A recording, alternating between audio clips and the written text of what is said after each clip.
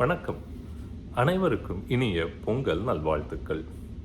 குரலோடு பேசுவோம், திரு குரலோடு பேசுவோம்.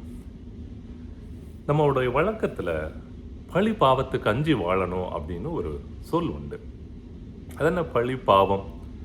இன்றைய காலகட்டத்திலும் பாவ புண்ணியங்களை எது சரி தப்புன்னு தெரியாமல் இது ஒரு சமயம் சார்ந்ததாகவோ ஒரு மதம் சார்ந்ததாகவோ ஒரு கொள்கை ரீதியாக பார்க்கக்கூடிய பார்வை உண்டு. இந்த பாவ புண்ணியங்கள் இன்றைக்கும் அது ஏற்புடையதா இருக்கா அப்படிங்கிற கேள்வி கட்டாயம் எல்லாருடைய மனதிலும் உண்டு. அறிவியல் என்ன சொல்லுது? ஒரு செயலோ ஒரு வினை செய்தால் அந்த வினைக்கு சமமான எதிரான ஒரு விளைவு கட்டாயம் உண்டுன்னு சொல்லுது. Every action there is an equal and opposite reaction சொல்லுது. ஒரு ஆற்றலை ஆக்கவோ அழிக்கவோ முடியாத மாற்றம் பெற வைக்கத்தான் முடியுங்கிற போது நம்ம செய்கிற ஒரு செயல் அதிலிருந்து ஏற்படக்கூடிய உணர்வுகள் உணர்ச்சிகள் அதனுடைய வெளிப்பாடுகள் ஒரு அலைவரிசையாக ஒரு ஆற்றலாகத்தான் அது போய் சேருது. அப்படி போய் சேர்கிற அந்த ஆற்றலுக்கு சமமான இன்னொரு விளைவு இருக்கத்தான் செய்யுது. அப்போ ஒரு செயலுக்கு விளைவு உண்டு அப்படிங்கிறத மறுக்கவே முடியாது.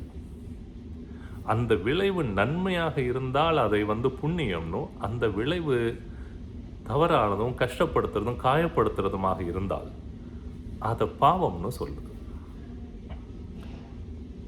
சரி, இதை ஒரு அமெரிக்க மன உளவியலாளர் என்ன ஆராய்ச்சியில் சொல்றாருன்னா, குழந்தை பருவத்தில் ஏற்படக்கூடிய ஒரு தாக்கம் மிக்க ஒரு பதிவுகள், ஒரு நிகழ்வுகள், ஒரு ட்ராமா எஃபெக்ட் அப்படின்னு சொல்லக்கூடியது. அது ஒரு விபத்தாக இருக்கலாம், இல்லை ஒரு குழந்தை அப்யூஸ்ன்னு சொல்லக்கூடியதாகவும் இருக்கலாம். அப்படி இருந்ததுன்னா அந்த தாக்கம் உடலில் இருக்கக்கூடிய எல்லா செல்லுலையுமே அது பதிவு இருக்கும் அப்படிங்கிறாரு. மசில் மெமரி அப்படின்னு சொல்லுவாங்க இல்லையா? ஸோ அது மாதிரி ஒவ்வொரு செல்லுலையுமே இருக்கும். இப்போ மரபணு ஆராய்ச்சியாளர்கள் என்ன சொல்கிறாங்க? பல ஆயிரம் ஆண்டுகளாக இருக்கக்கூடிய நம்மளுடைய செயல், பதிவு, எண்ணம் இது எல்லாமே நம்மளுடைய மரபணுக்களை தொடர்ந்து வந்துக்கிட்டு தான் இருக்கும். அப்போ இங்கே பழி அப்படிங்கிறது எதை பழிக்கக்கூடிய, மற்றவரை காயப்படுத்தக்கூடிய ஒரு செயலாக இருக்குமானால் அதற்கான விளைவு பாவம் என்கின்ற ஒரு எதிர்மறையான ஒரு தவறான ஒரு பதிவாகத்தான் அமையும். சரி, இது எத்தனை காலம் இந்த பதிவுகள் தொடரும்? இப்போ நான் செஞ்சது, இந்த பிறவியில் செஞ்சது அடுத்த பிறவியில், இப்போ என்னுடைய குழந்தைகளுக்கு, அவர்களுடைய குழந்தைகளுக்கு, இப்போ சிலர் சொல்லுவாங்க அவங்க தாத்தா மாதிரி இருக்காங்க, அவங்க பாட்டி மாதிரி இவங்க நடந்துக்கிறாங்க, இவங்களுடைய சில குணங்கள் சுபாவங்கள் இப்படி இருக்குது அப்படின்னு சொல்கிற பழக்கத்தையும் நம்ம நேரடியாகவும் நம்ம அனுபவித்திருப்போம், பார்த்துருப்போம். ஆனால் இது எவ்வளவு ஆண்டு காலம் அப்படிங்கிறத தாண்டி எவ்வளவு பிறவிகள் அப்படிங்கிற அளவுக்கு போயிடுது. பிறவிகள் அப்படிங்கிறத தாண்டி எத்தனை தலைமுறை இது தொடரும் அப்படின்னு பல இடங்களில் அந்த 7 பிறப்பு அப்படிங்கிற ஒரு விஷயத்தை திருப்பி திருப்பி குறிப்பிடுறாங்க.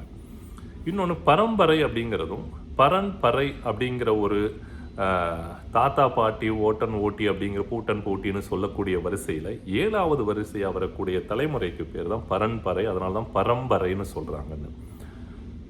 அப்படி பார்க்கும்போதும் வள்ளுவர் பல இடங்களில் 7 பிறப்போம் அப்படிங்கிறத ரொம்ப குறிப்பிட்டு சொல்கிறார். மகரிஷி, வேதாத்ரி மகரிஷி சொல்கிற இதுலேயும் ஒருவருடைய கருமைய பதிவு, அதாவது ஒரு ஜெனட்டிக் சென்டரில் நமக்கு நடந்தக்கூடிய நிகழ்வுகள், உணர்வுகளுடைய பதிவு 7 பிறவிக்கு தொடரும் அப்படிங்கிறதையும் சொல்கிறாங்க. அப்போ ஒருவருடைய செயல், அந்த செயலுடைய விளைவு நன்மையாகவோ தீமையாகவோ இருக்குமானால் அது கட்டாயம் தொடர்ந்து வரத்தான் செய்யுங்கிறத உறுதிப்படுது. இது கணியன் பூங்கன்றாருடைய யாதும் ஊரே யாவரும் கேளிர் தீதும் நன்றும் பிறர் தர வாரா அப்படிங்கிறதுடைய பின்புலத்தில் இருக்கக்கூடிய கருத்தும் இதை ஒற்றி தான் இருக்குது. சரி, இதை ஏன் இவ்வளவு பார்க்குறோம்? தொடர்ந்து கேட்போம். என்ன குரல் என்று மீண்டும் கவனிப்போம். இதற்கு இடையில் இந்த குணம் பண்பு பற்றி நிறைய பேசியிருப்போம். இந்த வடிவேல் ஒரு இதில் காமெடியில் காலையில் எழுந்தோடனே அம்மா அப்பாவுக்கு பூஜை பண்ணி கால் தொட்டு கும்பிட்டு இதெல்லாம் நடந்திருக்கும். ஆனால் இரவு வந்ததுக்கப்புறம் குடிப்பதற்கு முன் குடிப்பதற்கு பின்னு அவனுடைய சுபாவம் முழுமையாக மாறி இருக்கும். அதை நம்ம வேடிக்கையாக பார்த்துருப்போம். அப்போ ஒருத்தர் அன்பு செலுத்துகிறாங்க அப்படிங்கிறது அன்பு குணமாக இருக்கும். எப்படின்னா சொல்லில் இருக்கும், அவங்க பேசுகிற வார்த்தைகளில் இருக்கும், செயல் இருக்காது. சிலர் வீட்டுக்கு போகும்போது சாப்பிட்ற நேரமாக இருக்கும், சாப்பாடு தயாராக இருக்காது, இல்லை அவங்க நீங்கள் நம்ம வீட்டிலலாம் சாப்பிட்டீங்களா, சாப்பிட்டே வந்திருப்பீங்கன்னு நினைக்கிறேன் அப்படிங்கிற அந்த உபசரிப்பு சொல்கிற வார்த்தைகள் வேறையாக இருக்கும், செயல் வேறையாக இருக்கும். ஆனால் அது ஒவ்வொரு சுபாவத்திலும் ஒவ்வொரு சூழ்நிலையிலையும் ஏற்படுகின்ற குணம்ங்கிறது வேற. பண்பு என்பது முழுமையாக எப்பொழுதும் எந்த ஒரு சூழ்நிலையாக இருந்தாலும் அது அவர்களுடைய இயல்பாகவே இருக்கிறது தான் பண்பு. பல குணங்களை ஒன்றுபடுத்தி அது அவங்க இயல்பாக இருந்ததுன்னா அது பேர் பண்பு. அதனால் வள்ளுவர் இல்வாழ்க்கையில் சொல்லியிருப்பார், அன்பும் அறனும் உடைத்தாயின் இல்வாழ்க்கை பண்பும் பயனும் அது அப்படின்னு. அந்த அன்பு பண்பாக எவ்வளவு காலம் இருக்கிறதோ அதனுடைய செயல் எவ்வளவு இருக்கோ அதுக்கு தகுந்த மாதிரி தான் வாழ்க்கையோட பயன் இருக்குன்னு நம்ம பார்த்துருக்கோம். இன்றைக்கு பார்க்குற குறள் என்னன்னா, அதிகாரம் 7 மக்கட்பேருல 62வது குறள். எழுபிறப்பும் தீயவை தீண்டா பழிபிறங்கா பண்புடை மக்கட்பெறின். எழுபிறப்பும் தீயவை தீண்டா பழிபிறங்கா பண்புடை மக்கட்பெறின். இப்படி சொல்றாரு. அம்மா அப்பா தாத்தா பாட்டி செய்ததுக்கு பேரன் இல்லை குழந்தைகளுக்குங்கிறது மட்டும் இல்லாமல் நமக்கு இருக்கக்கூடிய குழந்தைகளுடைய அந்த குழந்தைகள் பழி வராத மாதிரி பண்புடைய மக்களாக இருக்கிற பட்சத்தில் பெற்றோர்களுக்கு 7 பிறப்புக்கும் தீயவை தீண்டாதுன்னு சொல்கிறாரு. எவ்வளோ அருமையான குறள்!